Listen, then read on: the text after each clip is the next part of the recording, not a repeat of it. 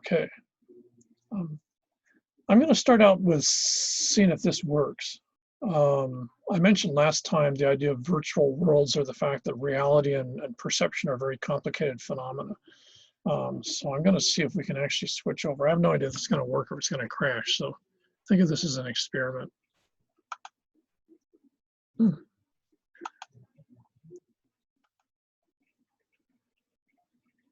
Now, are you guys seeing this Asian-looking place? Yes. Yes. Yes. This is Second Life. I'm going to see. I have no idea this is going to actually work with the amount of load that I'm putting on this computer, which doesn't have a very good graphics card. So let's see if this works or if this blows up in my face.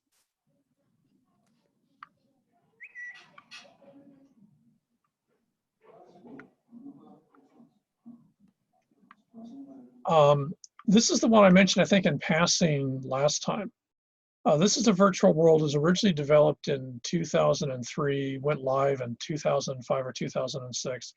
I first got interested in it as a geographer because one of the really fascinating aspects of this, let's see, let's go outside here.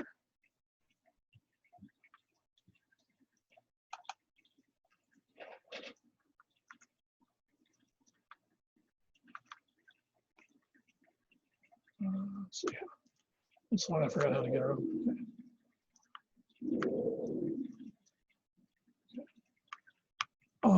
The graphics are very still 2006, 2007, which is not surprising. It's an interesting program if you're at all familiar with coding, because it requires a tremendous amount of server ability, which at the time was way out of the charts. You have to remember, this is when Warcraft was still like its, I don't know, first or second iteration. So this is back in the day. Now, the interesting thing about Second Life is, one is it's a virtual world. So unlike games, the paradox of Second Life is there's no game. There's nothing that you try to get. There's no score that you get. There's no end goal. From a business standpoint and from a geography standpoint, what's absolutely fascinating is the company that built Second Life, almost from the beginning, this is what got me interested in it, basically did this. So if you notice this sort of gray looking landscape, that's what the company Linden Labs that owns Second Life, that's what they put in. So they put in a series of very large, I don't know, they call them continents, but they're basically large islands. They actually based it on actual land measurements. So the current area in Second Life, I believe, is about twice the size of the island of Manhattan. And what they then did is they didn't do much anything else. What you do in Second Life is you actually, if you're a user, in other words, what they call residents, in other words, if you're a player, what you do is you buy property and you build things on it. But the interesting thing is, what the company didn't do is the company didn't build these. So the company, for example, these are a set of Asian structures, Chinese sort of modern Chinese house, and then a Chinese Tang Dynasty residence. And if you look at this person here, they've got, you know, sort of a classic, I don't know, two-story ranch style bungalow house or something like that. You've got someone with a castle over here, something like this. The key thing is the company didn't do this. People in the program actually build all these properties, build all this stuff, and other people pay to use it or basically have copies of it. Very cleverly from the get-go, the company decided what they were going to do is they're going to make money off of renting land. So on one hand, this is a virtual, it doesn't exist except in servers. It's a virtual reality. You know, it has no existence other than, you know, what the users put into it. But the company's making all of their profit off of the people that use the program, but they don't charge. Second Life is free to use. But if you want to put stuff up, you have to pay to rent land. So basically everyone's like on a rental agreement with the company. And then once you've got that agreement, then you go and you buy, if you're very clever, you actually use a version of what looks like AutoCAD or SketchUp to build a house, or you pay someone to build it for you, and then you interact with it. So the interesting thing about Second Life is, one, it's entirely digital. It's entirely, quote, artificial, unquote. But on the other hand, it's entirely a landscape, and everything that you see around here was built and consumed and is used by residents. So it says something about, so we go through here.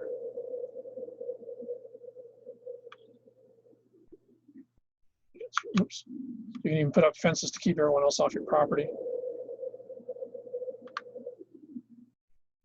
So we can get down the road here.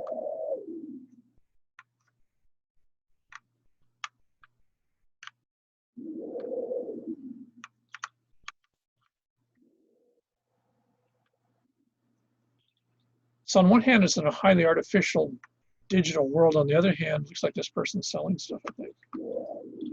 Yeah, what you find is you have advertising, billboards, and all the other stuff that you have in a real world. You can actually make money off of Second Life. People that design and sell these buildings, in many cases, are making, you know, $80,000 to $100,000 a year by virtue of selling digital representations of a building that doesn't exist to other people that do exist that are in a world that doesn't exist. So Second Life is sort of interesting because there were a bunch of, in 2007 to 2009, there were a bunch of people that got involved in basically companies that decided they were going to actually set up headquarters. A huge number of universities that actually set up campuses in Second Life so that people could go into Second Life and take classes. Most of them bailed because by 2008, 2009, they realized that one, people were sort of uncomfortable with this. And secondly, is it required a level of sophistication. You know, how do you teach a class in a virtual world, which if you remember 10 years ago didn't exist. Zoom's only been around for 2 years.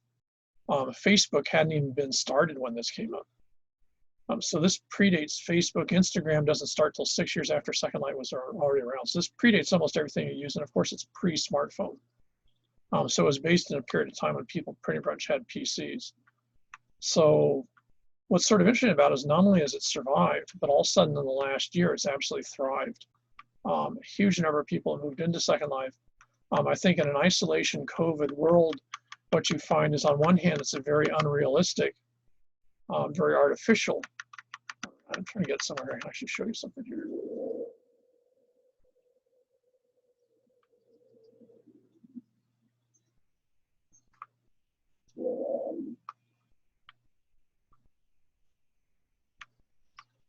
On the other hand, people find it attractive because it allows them to interact with a physical environment that is based on their computer or their tablet. So here's a shop, Second Life, that sells probably the huge popular thing in Second Life is to buy things for your avatar. The only things you see moving in Second Life are actually other real people. There are no what they call NPG or non-player characters in Second Life. So what you've got is someone here who sells stuff. And they're making money every time someone buys one of these outfits, which will eventually res up. It's really slow right now. If you buy that outfit, they actually have their own currency. Linden Dollar, very cleverly, Linden Labs at the very beginning, they set it up so that when you buy something in Second Life dollars are actually tied to the US dollar. So I think it's something like 200 Linden dollars equals $1 US. So if Kayla's the one that designs these outfits, every time someone buys one of these outfits, she gets real money. Even though the design is digital, the outfit's digital, the world it's used in is digital, but the cash that she makes is real money. So it's sort of an interesting combination because on one hand, you've got an entirely artificial world that seems pretty strange. But if you spend about 15 or 20 minutes, you start walking around it pretty quickly, it gets pretty, I don't know, normal's not the word for it, but it gets sort of, you get used to it. And in that context, it allows people to interact with other folks and do other things, and in some cases replicate not so much the world they actually live in, but for many folks, at least what little research I've done in Second Life would be, let's see if we can find a house up here. Oops, we can get going. I don't spend very much time here, so I have a hard time finding things. Oh, here we go.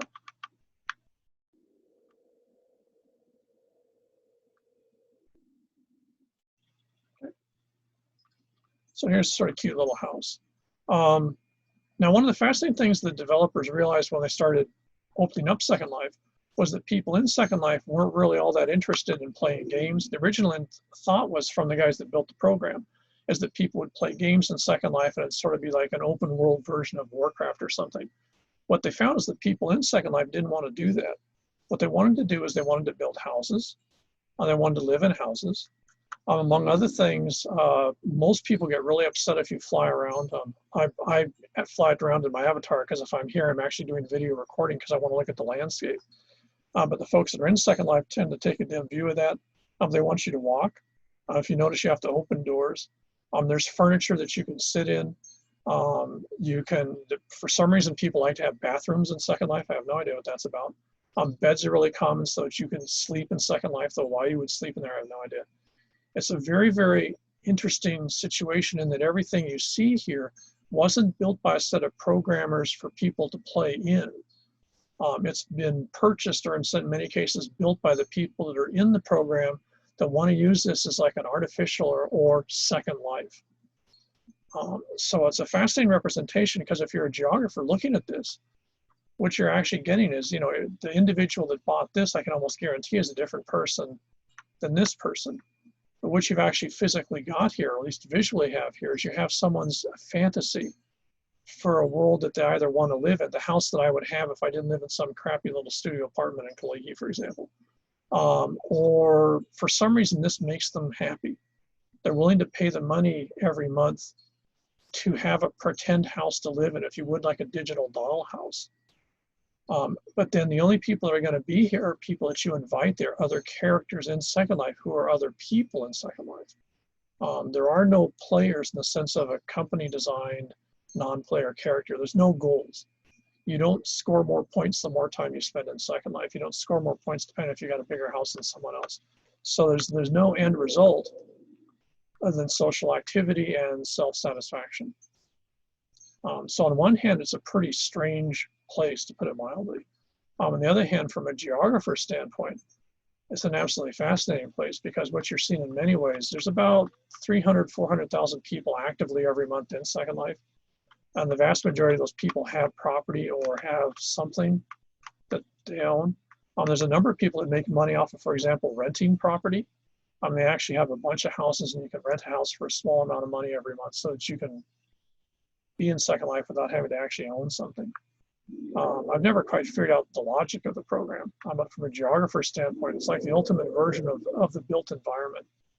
Because if say, Josiah or someone was going to move into Kaliki or well, move into Palolo, so you buy a house or small house there. The house has already been built. There's all sorts of zoning requirements. What you have in that particular location is going to be a result of a bunch of stuff. It doesn't necessarily represent any attitude or values he has. On the other hand, in Second Life, the house that you choose to have, the place that you choose to live, is entirely your choice. There are no building requirements. There are no zoning requirements. There's basically almost no laws in Second Life. And pretty much can do whatever the hell you want to, which occasionally causes a fair amount of consternation. It's a very sort of libertarian social environment. And that's why people find it very attractive. It's also famous, for example, live streaming music events and all sorts of stuff like that. Oops, oops, okay, babes. I got stuck on someone's property, I think.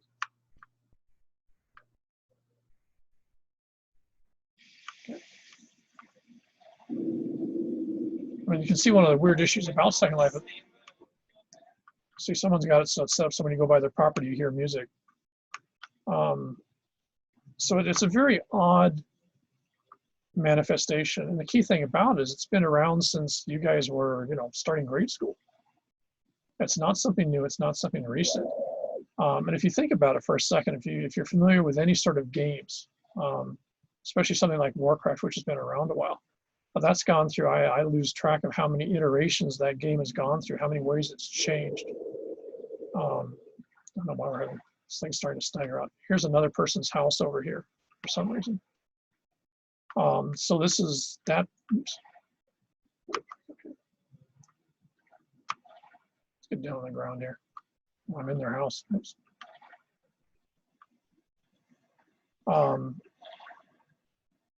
You see, notice how it's so slow. And this is after how many years of development? So what you've actually got here is someone that has built a residence. Let me try to get out of here.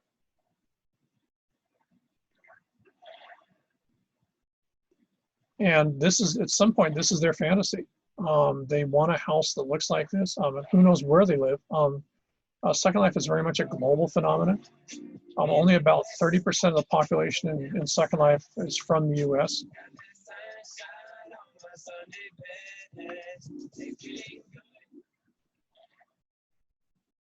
So it's a sort of, it's very interesting in terms of what it says about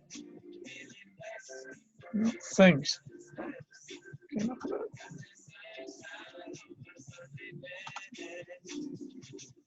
Adopt US Kids presents What to Expect When You're Expecting a Teenager.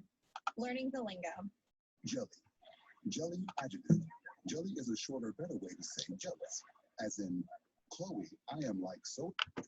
Okay, I'm just gonna have to log out of this thing before I can figure out what's going on. So on one hand, it seems pretty strange. I strongly recommend if you get a chance, go into it.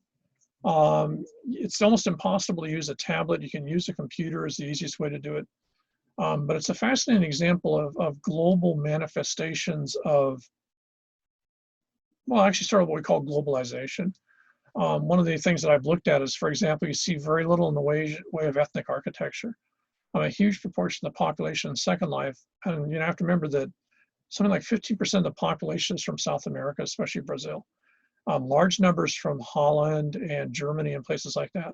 What they all seem to have in common is they all want to live in a one-story American ranch-style house. Now, I don't know what there is about that that would be interesting if you live in someplace like Holland, but you're not going to find any Dutch architecture in Second Life. So if someone logs into Second Life, the world that they want to pretend they live in Second Life is not in many cases the world they want to live in or the world they actually live in the real world. It's some other thing.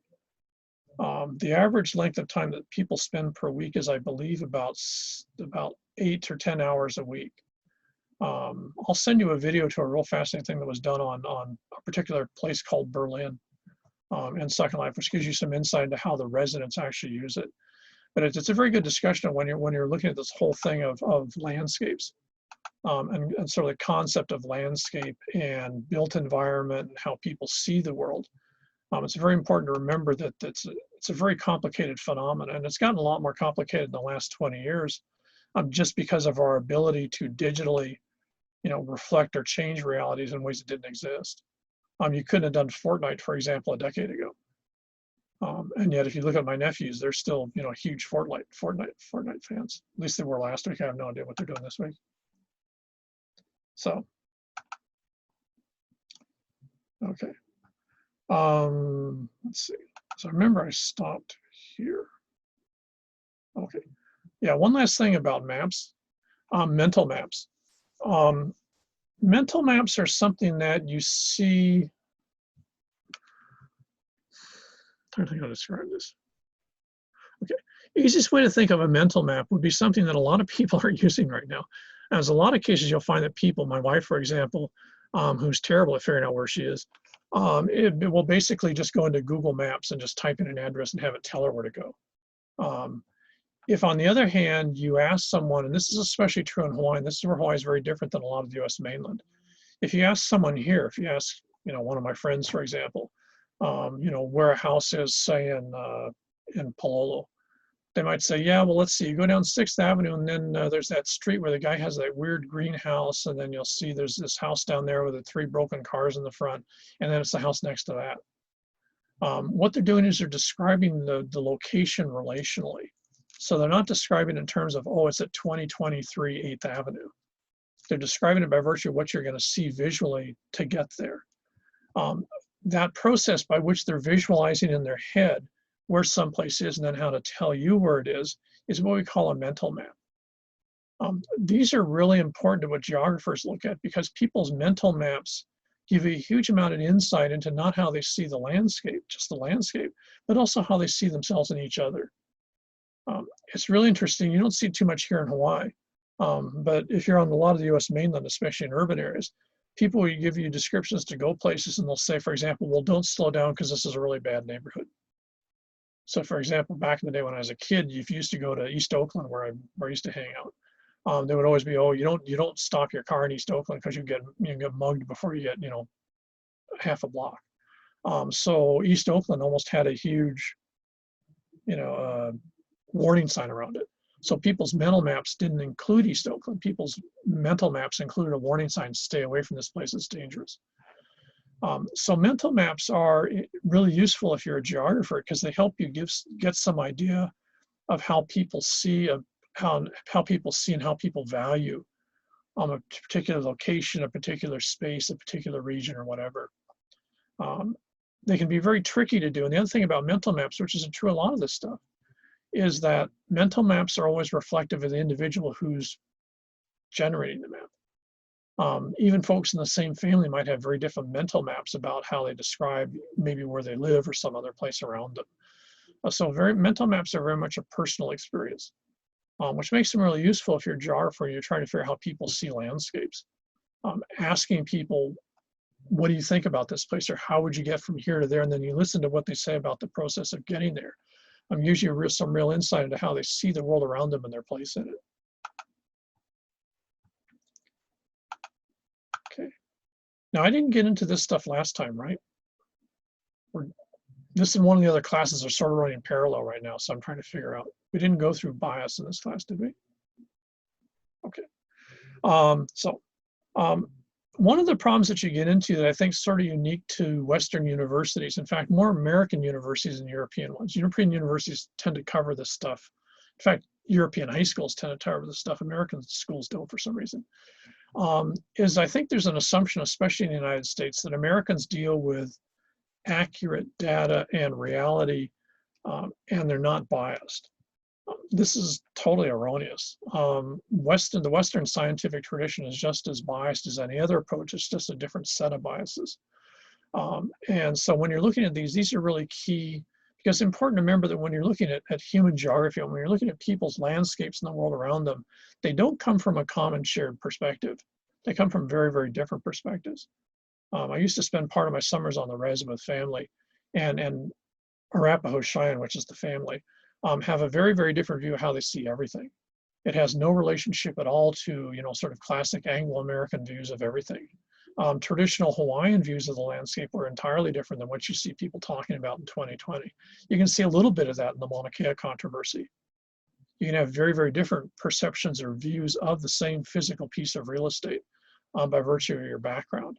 And one of the problems you get into is it's way too easy to assume that your view of what the world around you is common and normal.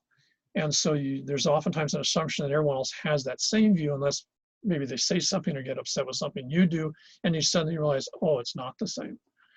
That whole process of assuming that there's a standardized pattern of which yours is the norm is what we call ethnocentrism.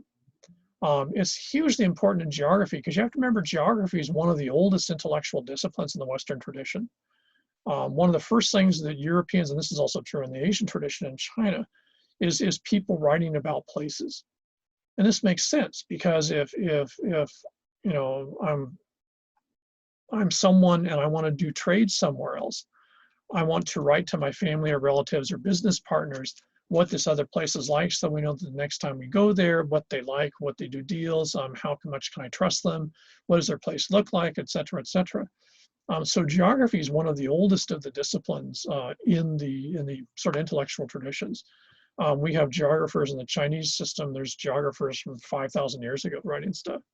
You have Herodotus, who's probably the most famous geographer in the Western tradition, who's one of the Greeks from the early classical period. So geography is one of the oldest disciplines, but usually what it's talking about isn't themselves. Herodotus and the Greek geographers never wrote about Greeks. They wrote about other people. So they'd write about the guys to the north of Greece who rode horses really well, and they called them centaurs because they were so good in riding a horse. It seemed like the horse and the person was one thing. And that's the Scythians. So they would write all sorts of stuff about what were the Scythians, how did they operate, what did they do, usually within the concept that they were barbaric, in the sense that they were barbarous or others. And of course, that was interesting for people to read. People didn't want to read about themselves. People wanted to read about weird exotic shit that was happening somewhere else. So geographers, both in the Western and Asian traditions, were probably some of the first popular writing that a lot of people would read, just because it was neat, interesting stuff about a place that, if not fantasy, certainly wasn't part of your boring normal existence. So it's something to spend some time enjoying something a little bit weird. This is ethnocentrism. Ethnocentrism is the idea that you judge other groups and their behaviors and everything else about them from the context of your own background. Now, there's nothing inherently negative about it per se. And one of the classic ways, if you can think about this, I can almost guarantee, given the typical Chaminade class that we've got here, that if we wanted to, we could almost guarantee that everyone in class can come up with something that they eat on a regular basis that would freak out a fair amount of your classmates. I know, for example, in my case, my family, the Native American part of the family, grows up eating dog. We've Arapaho Cheyenne have eaten dog for, I don't know, probably a couple of thousand years. And it's done in a stew and it's really good. So we don't see eating dog as being bad. We don't understand why eating a dog is different than eating a chicken or eating a pig or eating a cow. They're all things that make noise. And if it's a little irritating dog, then why not eat it? It's better than having to listen to it and get bit. So, you know, and that freaks people out. In fact, if you're in Hawaii and you eat a dog, I think it's, at least on Maui, it's $500 and possibly 2 years in jail. And to be honest, I've never understood why I can go hunting pig in Kula and hunt a pig and kill the pig and eat the pig, and there's no problem with that. But if I hunt a wild dog, I better not get caught, because that's illegal. That's typical of ethnocentrism. From part of my background, I don't understand why people don't see dogs, since they're mammals, as other edible things. From a Anglo-American perspective, especially in the 21st century, dogs are actually people. So therefore, you're not allowed to do that. If you notice, it's very easy to get an animal cruelty case, for example, here in Hawaii against a dog, for someone doing something bad to a dog. You almost never see animal cruelty cases related to pigs or other, quote, livestock, unquote, because they're seen as food sources. So the idea that you've got some relationship with the world around you and you judge others by that is very ethnocentric. Now, it doesn't necessarily mean it's bad. It just means that your view of the world reflects your package, but you have a very hard time extrapolating that into another context. So everyone's ethnocentric. Every group is ethnocentric. It's just inherent because we're brought up with a set of things that we think as being normal. And it isn't until you're taken out of that that you tend to realize that it's unique. And it's oftentimes very stressful. If for example, one or two of you next year go on some sort of a program where you're teaching, say, in Japan for a year, you're going to find that even if you're from the local Japanese background here, a lot of stuff they do is going to be really, really different, seem really, really strange, and you're going to have a really hard time. The process of making that adjustment, that cultural adjustment, is because of you having to adapt your ethnocentric views to another group in another place. But likewise, if they come here, it's the same problem you have if you moved, and many of you have probably been someplace where you're not comfortable initially. And that's the classic reaction, or personal sort of dealing with ethnocentrism per se. So in the Western tradition, what you find is there's sort of 3.5 really key aspects, all of which impact this class directly. One of the key ones is this one. This is uniformitarianism is a really, really good word. I always point out in all the classes. It's a really handy word because almost no one really knows what it means, but anything with that many letters has got to be serious. So if you want to sound like you really have your act together and you want to be scientific about something, just somehow throw uniformitarianism into the statement. From a uniformitarianist perspective, I'm not sure if this is accurate. Just means you start a dist on someone, but it's a pretty good chance I have no idea what the hell you're talking about. If on the other hand, you actually break this down, I guess I can't do this because I can't put my finger out here, but if you were to actually break this down, if you notice, it's actually two parts. The Tarianism means sort of a belief or a value or an attitude. A uniform means what?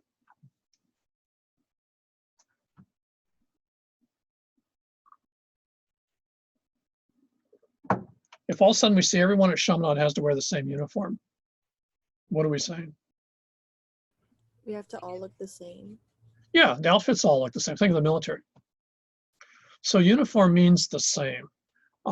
This comes out of religion, because you have to remember that the Western academic intellectual tradition comes out of Catholicism. The intellectuals in the medieval period were Catholic monks, especially like the Jesuits and such like that. So your early scientists, social scientists, all these folks were coming out of the Western Catholic religious tradition, which is sort of this Judeo-Christian Islamic package. In that, one of the key tenets, of course, is that God made the world in, I think it's 7 days. So in that process, since God made everything, God made the universe, made the planet, everything on it, then everything on the planet works the same way. So it's like if you own an iPhone, well, I don't know what it is, we'll say an iPhone 10, you own an iPhone 10. Every iPhone 10 should work like every other iPhone 10 because that's uniform. So uniformitarianism is this idea that everything is the same. Water should always flow downhill. The sun should always rise in whichever side it rises on, the west, I think. So that's this principle. This underlies all of Western science. If you take a chemistry class or something like that, and you mix chemicals, there's the assumption when you mix, reagent A to whatever it is B, that you'll get the same reaction because those two things always do the same thing. So if you would, in a uniformitarianism world, a lot of stuff is very predictable because it's always worked that way. It's going to work this way now, and it'll work that way in the future. Now, the key that makes that really important to understand is if you're not from the Western tradition, so if you're from Asia, Africa, anyone outside of Europe and North America, if you're any other group, they don't have that. I grew up in a system which has no concept of uniformitarianism. In fact, my grandpa used to argue there were places you could go up in the mountains where the water flowed uphill. And he was firmly convinced that was true, and he said he'd actually seen them. Now, I don't know if he's right or wrong, but I was brought up in a tradition where you don't assume that everything's the same. You don't assume everything's going to work the same way. The Asian traditions, especially the Chinese, Japanese, Korean traditions, have no concept of uniformitarianism. Now, what that meant is if you're Chinese and you decide to go check someplace out in Korea, you don't assume that everything's going to be like it is in China. You don't know what it's going to be. You don't know how different it's going to be. It might not be different at all, but you don't assume that everything's always going to function the same way. Now, let's hop down to this because that sort of ties into this. If you have uniformitarianism, and that includes the human species, so if you go back again, because you have to remember this is coming out of the Catholic tradition, if you have God making everything on the planet, including people, so it's that classic, I think it's Michelangelo or whoever's, Sistine Chapel thing where God's touching Adam, and then there's, I think, Eve down below or something like that. In that concept, if God made people, then by definition, all these people will be the same. So if you would, they all have the same parts and they all work the same way. Again, think of our iPhone 10 analogy. All iPhone 10s work the same way, so therefore the same apps should work the same way in iPhone 10s because they're all built to be exactly the same. In this concept, then, what you get is the idea that people are all built the same. Now, where this becomes absolutely critical is this is a huge part of the Western intellectual tradition, which is, again, unique to this. And this is the fact that not only does it mean that in the Western tradition, i.e. the Anglo-European tradition, not only do we see the same things with our senses, in other words, we see the same things, we taste the same things, we hear the same things, we touch and feel the same things, but our perception or attitude about them is going to be the same, in the sense that everyone is sort of the same. Now, if you ever get involved in psychology, you see this a lot, because this would be what happens if you're trying to deal with someone who seems to be different. Among other things, you might make them take the DSM test, which is a standardized behavioral test, which then allows you to, quote, diagnose whether someone's different. Now, if you think about that, you can only have a standardized test if you have this idea of uniformitarianism. You have to have a norm of what a person is to measure if Bordner is different than the norm. So you can't have psychiatry unless you have uniformitarianism. You have to be able to assume that all people's brains work the same way if they're, quote, normal, that they experience and sense the same world around them, they react to it the same way, they think about the things the same way, they'll have the same type of emotions, the list goes on and on and on. That's called psychic unity. Psychic unity is the idea that everyone basically sees and experiences and has the same mental processes as everyone else on the planet. So if you're a member of Homo sapiens, you all do it sort of the same way. And that, of course, underlies a large part of the behavioral sciences. Psychiatry, for example, would not exist if you didn't have some idea that there's standardized norms. Otherwise, if you're giving me behavioral drugs to calm me down, how do you know that's going to do it, calm me down? Unless you assume that there's, with other people, that does this, so it should work for me. This is so much a part of the way that we see the world that I don't think we ever really think about it. But again, outside of the Western tradition, no one else has that. If you're Japanese, which is a group I do a lot of work with, and I'm Japanese and I'm interacting with Xavier or someone else, I don't assume that they see the world the same way I do. This is one reason why Asians tend to be very polite to each other most of the time. If you're not sure if other people see the same world, if you're not sure they're going to act the same way, if you're not sure about anything about them, except they're not you, you're going to be very uncomfortable dealing with them because you don't know what that means. You don't know what that's going to lead up to. You're not sure what that's going to actually, what the consequences of that are going to be. So you're going to spend as much time as you can sort of edging around trying to figure out, oh, you know, how do they think about this? What do they do with that, etc.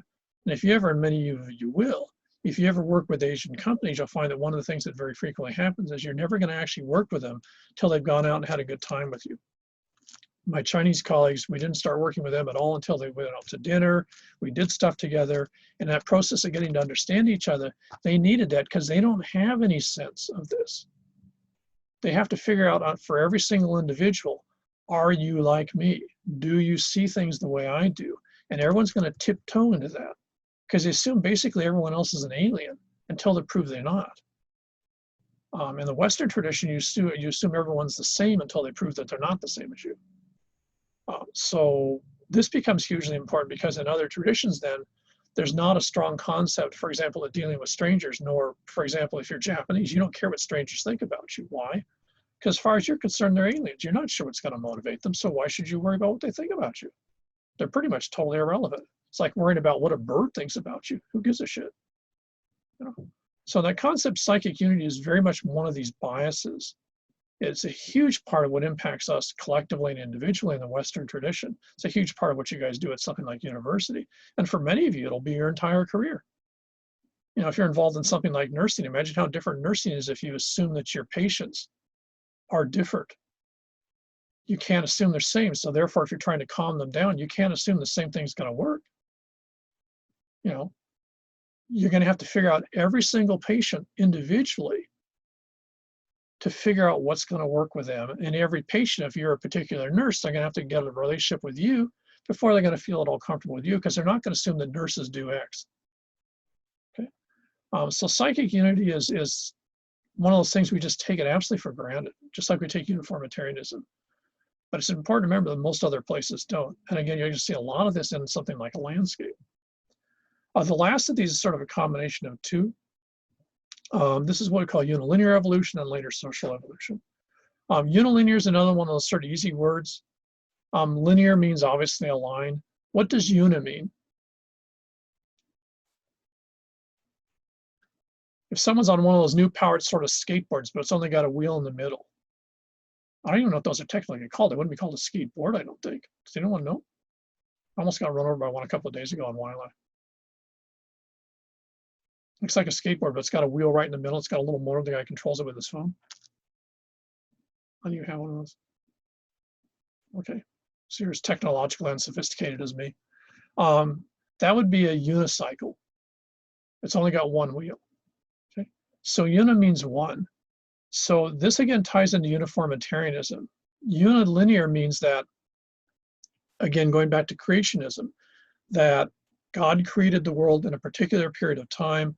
Everything started at that time. So if you're looking at the human species in 2020, everyone now, all in this logic, started at the same point in time. So therefore, they've had the same ability to evolve and change and modify over time. This becomes important because this becomes what you see in history classes, where you'll still see in a lot of history books, they'll talk about Bronze Age or Iron Age or something like that. What they're doing is they're measuring how places changed and other places didn't. So you can still see a lot of, especially documentaries, and they'll talk about, oh, if you go someplace in the Philippines and the Yagta in the north are still a Stone Age culture. Now, it's not that they use stone technology, but it's also sort of implying that someplace they haven't evolved. So there's a very strong attitude, if you have this logic of unilinear evolution, which is very much in the Western tradition, there's also a very strong attitude then that you can compare people in terms of how evolved they are. Is this group more evolved, more sophisticated, and therefore sort of an implication of being brighter, etc., than this other group that just didn't do it? So you can compare people, and that's usually so you can diss on a group. Now, a subset of that was started in the 1830s by the guy that eventually becomes Darwin's teacher, because Darwin would, of course, be this. His teacher actually popularized this before that.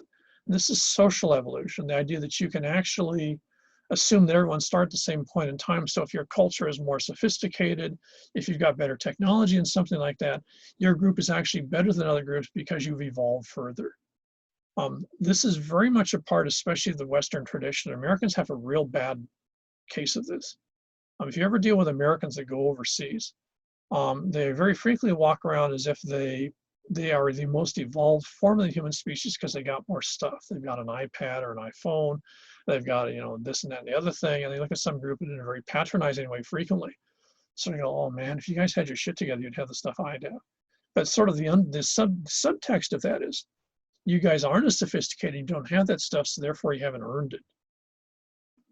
So social evolution is very convenient. It starts in the colonial period. It's very comfortable for colonial types because it says if I'm in charge of you, I should be in charge of you because I'm actually better than you because I'm further evolved.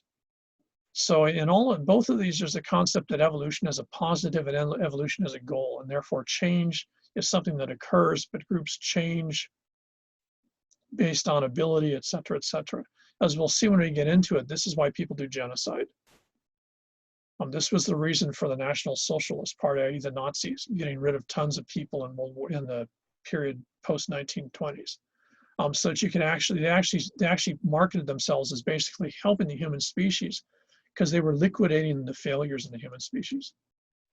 So you cull the herd so that the whole group is better. And their better was, of course, what they called the Aryan race.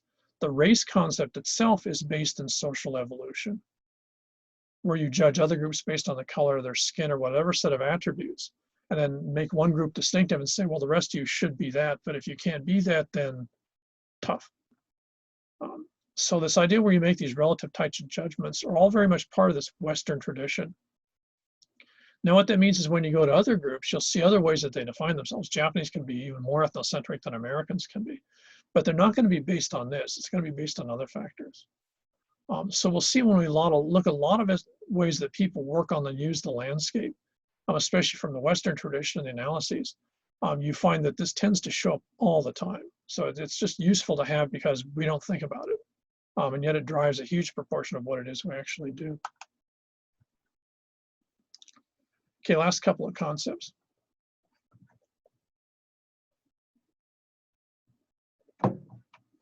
Worldview. Worldview is a really, really easy concept.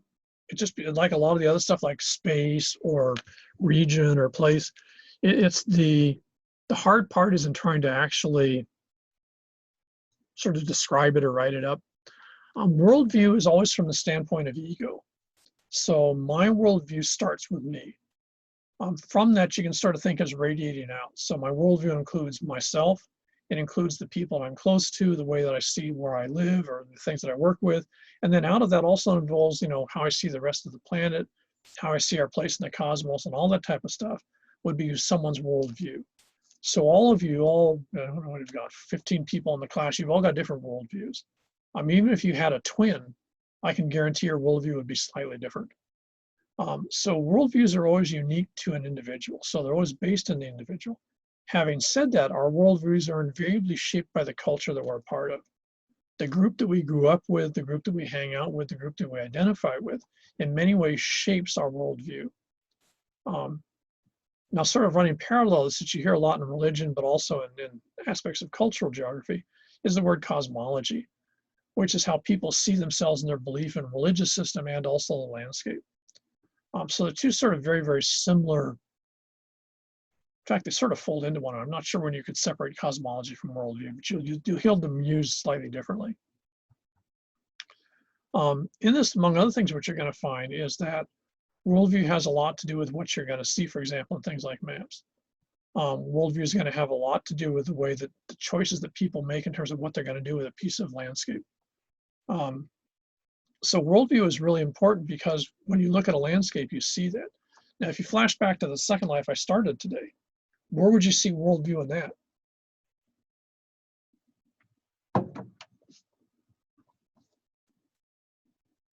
On one hand, it's digital, so it doesn't exist at all. But where could you argue you have a bunch of worldviews in Second Life?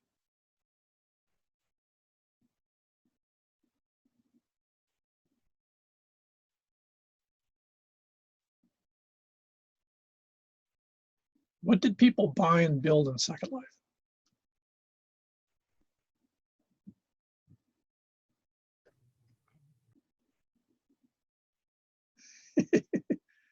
It's the afternoon and no one wants to think. Gordon, this isn't fair. It's after 1 o'clock. They built like buildings and they sold stuff, right? Yeah, they built a shop. They built a house. One thing you very rarely see in Second Life, and I think it's sort of interesting, I'm not sure exactly what it means, you almost never see churches or religious structures. So there's very little religion in Second Life. Having said that, there's a huge number of dance venues, sort of like modernized discos. I'm not sure what the technical term would be nowadays. Raves are really popular in Second Life. Live bands are really popular in Second Life. In fact, one of our librarians down here actually specializes in setting up music events, live music events in Second Life. Because you can actually run, a band can actually run live streaming off of their system right into Second Life. So what you find is one of the huge things is houses. And to a certain extent, if you're looking at like that house, the couple of houses we were looking at in Second Life, you're seeing part of someone's worldview. They're using their perception of who they should be if things were the way they wanted to, and using Second Life as a place they can basically say that, because for whatever set of reasons they don't feel maybe comfortable or can't do what they'd like to do in the real world. One of the strange things about Second Life that's sort of I've never quite figured out, and there's a bunch of stuff I haven't figured out in Second Life, there's very few really large houses. You don't see very many mansions. And the weird thing about that is it really doesn't cost you any more to build a 30-story, 800-room mansion than it would a regular, say, 2-bedroom house. But what most people do in Second Life is they build a very boring, very sort of Coppola type 1 or 2-bedroom house, and that's what they're really happy with.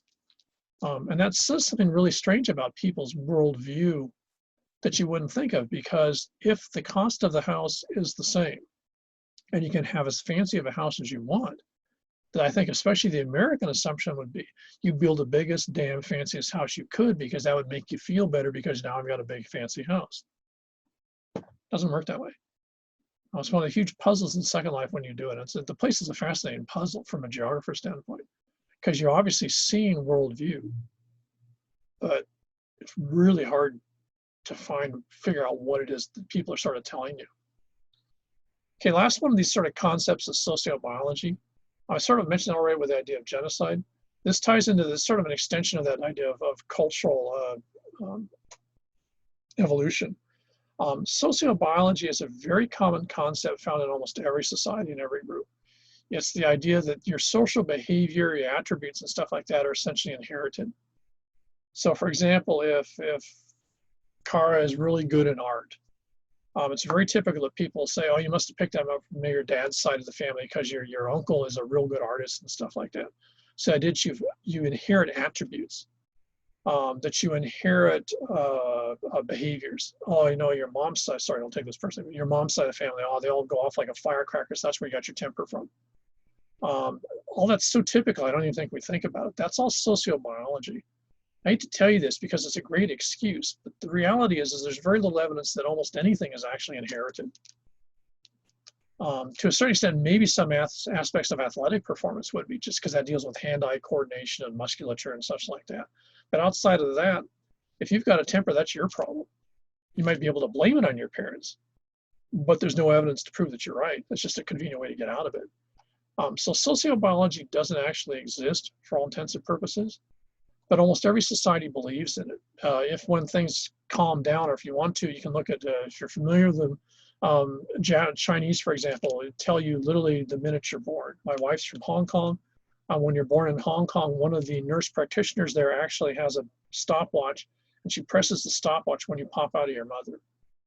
That's actually recorded on a birth certificate. Her birth certificate actually says the minute she was born. Because in the Chinese tradition, the minute that you're born, the hour that you're born, the day that you're born, and the year that you're born actually shapes and parts your behavior. Now, I feel sort of bummed out because my birth certificate just says I was born on a particular day. You know, in the Western tradition, they could give a crap what time of day you're born. And of course, my mom doesn't remember. Why would she care? So, you know, no one remembers when I was born. which means that if I go in a Chinese tradition, is one of the things they want to know when you get married is they want to know if you're going to marry so-and-so, when were you born? But when they mean when, they mean what minute, what hour, what day, not just like what year, because that's going to affect your potential behavior. That's the Chinese view of this. Very, very different than the American view of this, which is sort of inherited traits. Now, of course, one of the main side aspects of this is if you tie this, as we do in the United States very frequently, it's a lot on the mainland, if you tie this to skin color, if you tie this to physical appearance, then it allows you to justify why you don't give people access to stuff. So if you say that, oh, sociobiology is attached to the color of your skin, so therefore the lighter color skin you have, the smarter you're going to be, the better your temper is going to be, and such like that, then a fair amount of this class, for example, you could basically say, I'm never going to give you guys those jobs because there's no way you'll ever do good at those jobs because you don't have the biological competence to do the job. Notice how they're never giving you the test. They're never asking you. They're basically just saying, you can't do it because you don't have that ability because you didn't inherit it. So one of the main aspects of sociobiology is it gives you a way to justify segregating a group. And of course, if we go back to the Nazis, it also gives you a way to get rid of a group. So sociobiology is typical in most societies, but what people see is very, very different. For example, if you're familiar with the Spanish tradition, I grew up to a certain extent with this in a Mexican neighborhood. In the Spanish tradition, it's not based on your skin color. A lot of the really powerful families, including the family my grandpa used to be a ranch manager for, were basically black. They were from the southern part of Spain. It's a good bet they originally were Berbers, and those are actually darkest skinned people on the planet. So they're totally Spanish. They were very, very powerful, very wealthy, but they were really dark skinned. But they had very European features. And the Mexican tradition, which is what you find in a lot of Latin America, it's if you look like an Indian. So if you look at videos of, for example, of like the Mexican prime minister and his cabinet, they'll all look very howly. The skin colors might be different, but the shape of the face and stuff will be very European. Someone who had a very Indian nose and very Indian high cheekbones and stuff like that, you're never going to see them be anyone, because in the Mexican tradition, it's the shape of your face and whether you look Indian that makes you second class. It's not the color tint. If you go north of the border, then the color tint becomes more important and the shape of your face is a lot less important. So what is used as your sociobiological criteria varies tremendously from place to place just on the American-US border. From the middle or north of Texas, hopping down into Mexico, totally different set of attributes. A lot of the population will look exactly the same, but the way that they're judged will be almost entirely different. Which is one reason why if you look like a Mexican in Latin America, you're willing to risk illegal immigration into the United States.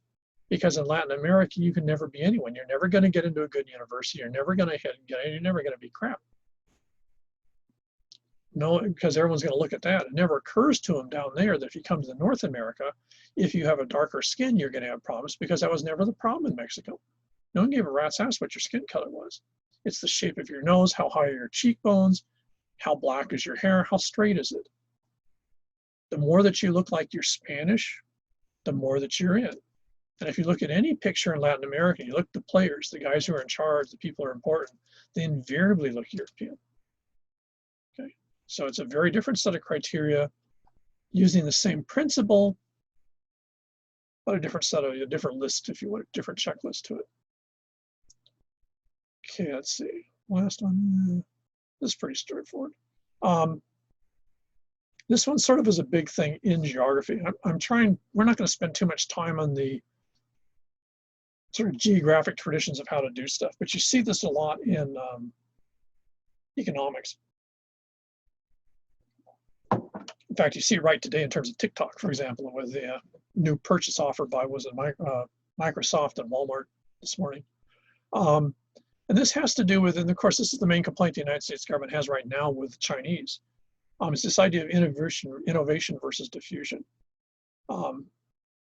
If I have intellectual property rights to something, does anyone know what that means? If I have intellectual property rights to this particular webcam, does anyone know what that means? IPRs? Oh, you guys better start. Okay, first, how I'm going to make money and survive in the 2020s. Yeah, IPRs are central. In the world that we live in now, this is from the last, especially the last 10 years, anything that Josiah thinks of, that he writes down and projects, he owns the property rights to it. Now that means he can sue anyone else that copies it, that's posted, or anything like that because they have stolen from him something that came from his head. Okay. Now it didn't used to be that way. As long as they cited him as a source, they could just go off and use it. Not now. This started about a decade ago. If you remember when you guys were little kids and video sharing was a big deal, that's what started all this. Sony Viacom was the big players in this. Under US law in the 21st century now, you have intellectual property rights to anything that you first thought of. Now the trick is going to be what for Josiah then? What does he have to prove? Say someone stole a concept of his. And so he goes to a lawyer and says, I want to sue their ass. I'm sure he's a nice guy and wouldn't do this, but he's going to say at this point, it's important, he's got to do it. So what is he going to have to prove? What is his lawyer going to say you have to show to the judge? Copyright? Okay, now how would he have to show that then? This is one reason why much as you guys hate to use email, this is why you should always use email.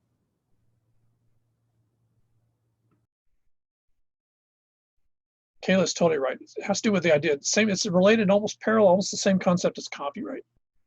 If Peyton's his lawyer, why is Peyton going to say, you have to show me this before we can argue it's yours? What does Josiah got to prove? That his original piece was made before the other person's. Exactly. This is one reason why it sounds really stupid, but this is why I have 2 email accounts. If I come up with anything, I email it from one account to another account, because what's the great advantage of email? It's there permanently and it's got a time and date stamp on it. So he can email from his, Shamanat account to his Gmail account or something like that when he first comes up with the idea, and that gives you time and date. And that means that Peyton, as his lawyer, will take them to court and say, see, he thought of this on August 27th, and this other guy says he thought of it on, September 15th, and he obviously stole it because he had like 12 days to steal it from Josiah because he obviously had it first. Now, if he just has it, but he doesn't do something like that, if he doesn't have some way to date stamp it, what's his lawyer going to say?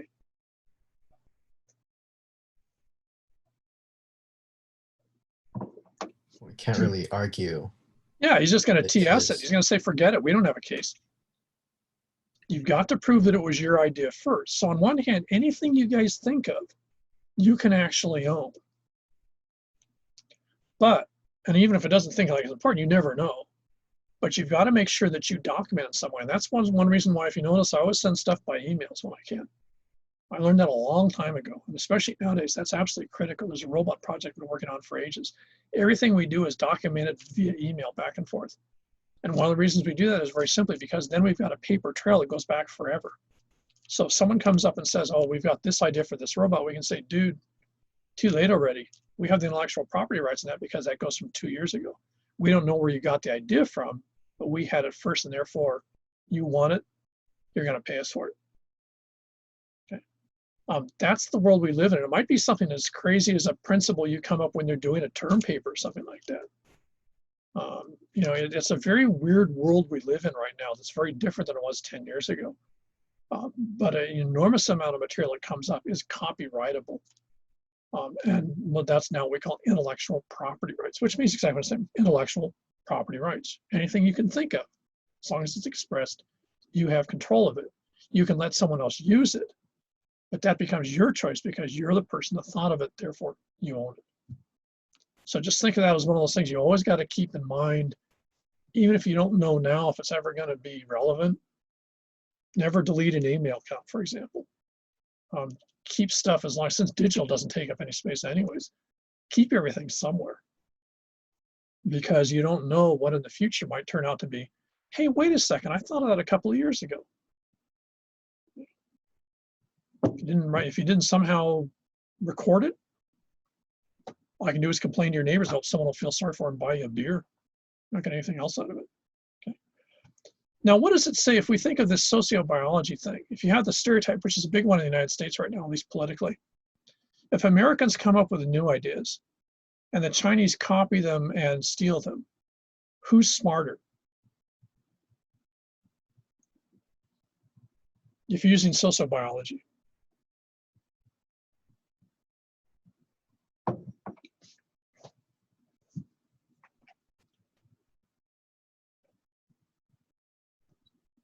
Americans. Yeah. They might not be very good at business, so they can't figure out how to make money off of it, but they came up with the original idea. Therefore, Americans are smarter than Chinese. This is a very much, this is the mantra of especially the finance ministry or whatever they call it in the United States government right now. Now, why would that piss off the Chinese? And trust me, it does.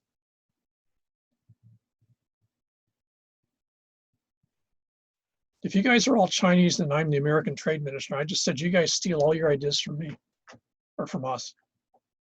What are you thinking?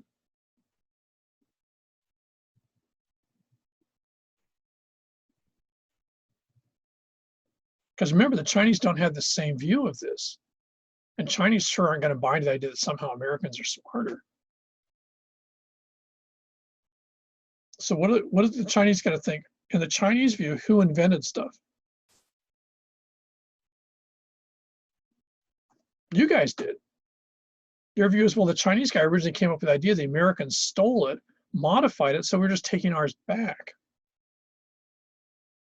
So when you look at innovation and diffusion, this was a huge thing in geography, especially in the 19th and 20th century. But a lot of it looks, you know, in context right now, a lot of it looks really sociobiologic and ethnocentric and racist. Because it's amazing, you see this a lot in history books, the number of ideas and stuff that appear to be European.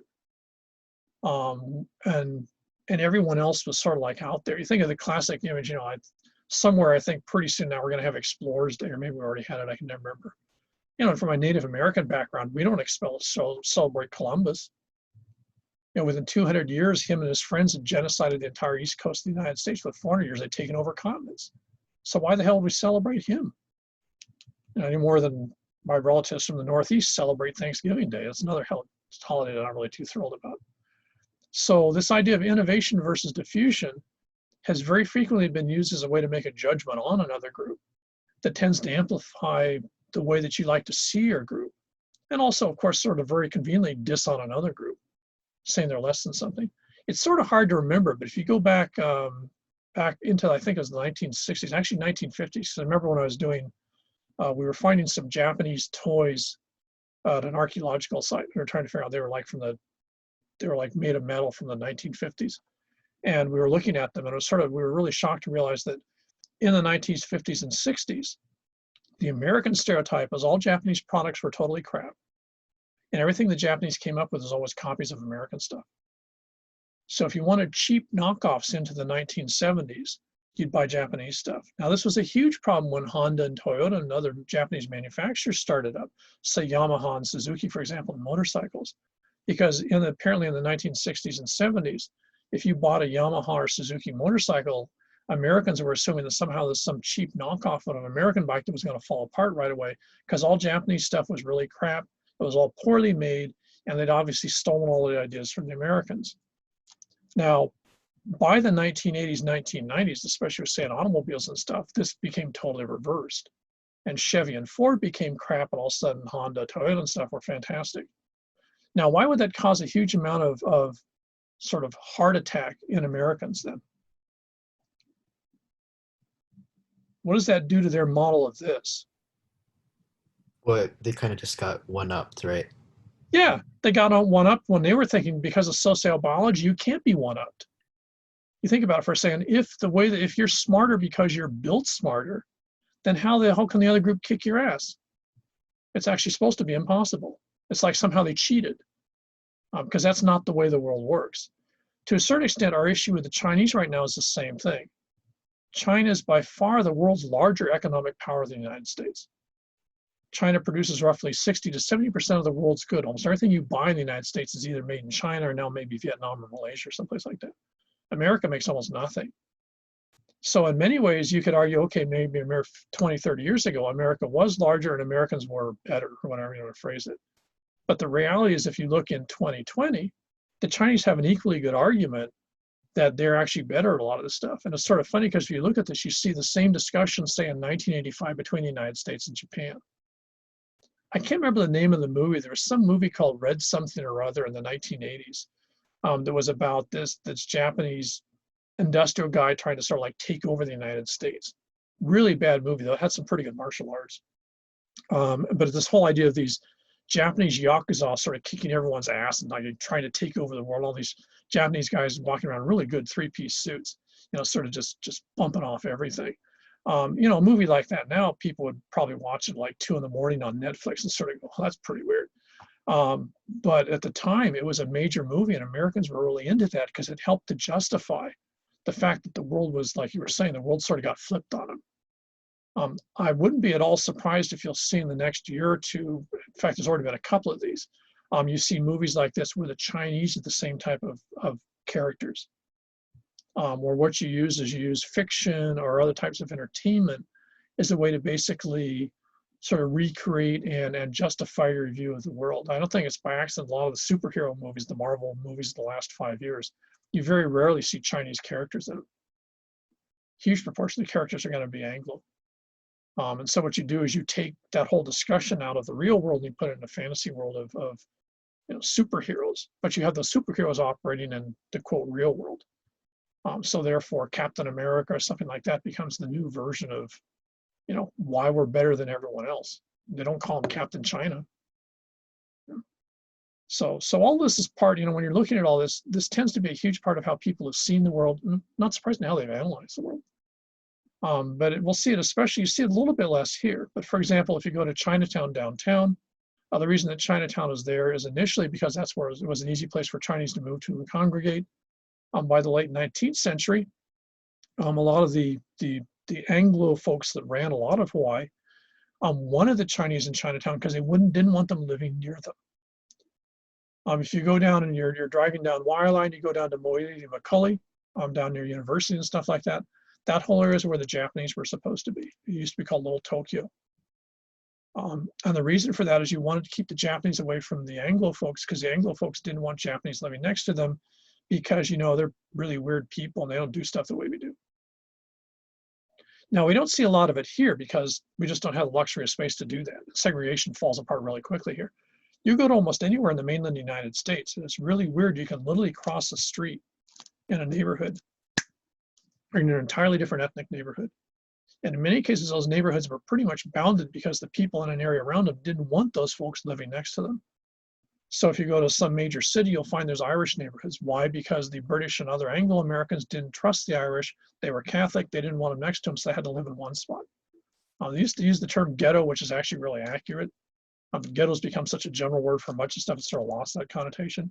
But ghetto originally meant an ethnic neighborhood, but it was intentionally segregated because the folks that had power and authority wanted to put those people in one place so they could stay away from them because they were very convinced of they're better that the folks than they put in that neighborhood. This is why when you go to a lot of spots in the mainland, you'll find that they're actually more ethnically diverse than here. If you go to some place like San Francisco, there's a lot more ethnic groups than there are here in Honolulu. But you'll find those ethnic groups don't interact with each other. There's an Italian neighborhood still in San Francisco where you find good Italian food. You walk across the street and there's no Italian food. Right next to is a Polish neighborhood. I have no idea what they're doing there, but I can guarantee you why they were there, because the folks that ran the city didn't want to live with Polish people next door. I didn't want Italians next door. Said, you guys live over here, you guys get to live over there, just stay away from us. So even though they've got this ethnic diversity in the neighborhoods, they're not ethnically diverse in terms of who they are. They're not ethnically diverse in terms of the folks that interact with each other, even now with each other, which is one reason why the mainland's blowing up all over the place. You have a lot of different groups that live next to each other, but they have very little awareness of each other, and they've never really had to accept each other. They just sort of live in the same city, but you make sure you keep your car's doors locked. You drive through there pretty fast unless you want to go there and party or have something to eat because they have better food there because they're really Italians. And that's not unique to North America. You find it equally in Europe or other places. But it's where all this sort of plays out. And what it means for a lot of you is if you went to the mainland, because of their stereotypes of sociobiology, many of you would have a hard time getting hired for certain types of jobs because they're not going to accept given the way that you look. that you actually have that capability compared to someone else who is part of the group they're comfortable with, who they assume has that capability. It's part of the inherent racism in the United States in the 21st century. You know, it's very much part of the Black Lives Matter, but not quite the same thing. And for local folks, it's a real shock when you go to the mainland and suddenly find that someone's saying, yeah, you know, your resume looks really good and it looks like you worked on these projects, but they're sort of in the back of what they're not saying is like, I don't know how you say you did this, but I know you probably didn't do it yourself. You know, and that's just, you know, that's just life in the 21st century. And it's probably always been that way. And I expect it probably always will be that way in some way, shape, or form. So, okay, guess that's it. Any questions or confusions or other stuff like that? We all good so far? We're all set? We had enough for Thursday? I have. Okay. Let me turn that off.